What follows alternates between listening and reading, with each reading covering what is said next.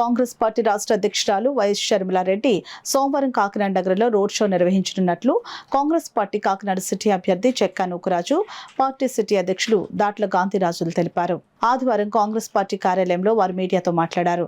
YS Sharmila Reddy Visakhapatnam పర్యటన ముగించుకుని Kakinada rural నియోజకవర్గం అచ్చంపేట జంక్షన్ వద్దకు చేరుకోవడం జరుగుతుందని, అక్కడి నుండి APSP Sarpavaram Bhanugudi 2 town main road మసీద్ సెంటర్ మీదుగా జగన్నాథపురం ఎంఎస్ఎన్ చార్టీస్ మీదుగా ఉప్పలంక వరకు రోడ్ షో నిర్వహించడం జరుగుతుందని వివరించారు.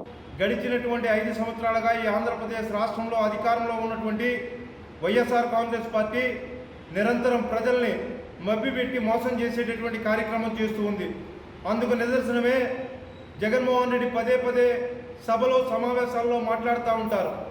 నేను భగవద్గీత మీద, బైబిల్ మీద, ఖురాన్ మీద ప్రమాణం చేస్తాను, నేను చేసినటువంటి అన్ని వాగ్దానాలు నెరవేర్చానని చెప్పి ఈరోజు వైఎస్ఆర్ కాంగ్రెస్ పార్టీ చెప్తుంది. మీరు చెప్పేటటువంటి అన్ని వాటి మీద వాగ్దానం చేసి మీరు మాట తప్పి ఈరోజు ఎన్నో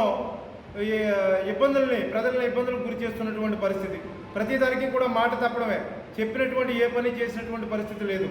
అందువల్ల ఈరోజు ఆంధ్రప్రదేశ్ రాష్ట్రంలో రాజశేఖర రెడ్డి గారు ముద్దుల తనయగా ఉన్నటువంటి షర్మిలారెడ్డి గారు వచ్చిన తర్వాత కాంగ్రెస్ పార్టీ పూర్తి స్థాయిలో బలోపేతం అవడం జరిగింది.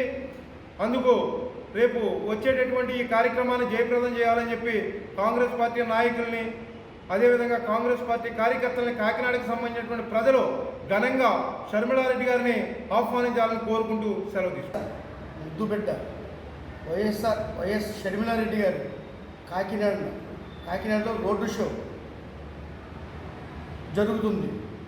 కాకినాడ మొదలు అచ్చంపేట జంక్షన్ నుంచి ఉప్పలంక రోడ్డు వరకు షర్మిలమ్మ గారు రోడ్డు షోలో అచ్చంపేట, సర్పారం, భానుగుడి మీదుగా మసీదు, అలా వంతెన, అలా ఉప్పలంక వరకు ఆ రోడ్డు షో అనంతరం షర్మిలమ్మ గారు గన్నవరం వెళ్ళిపోతారు.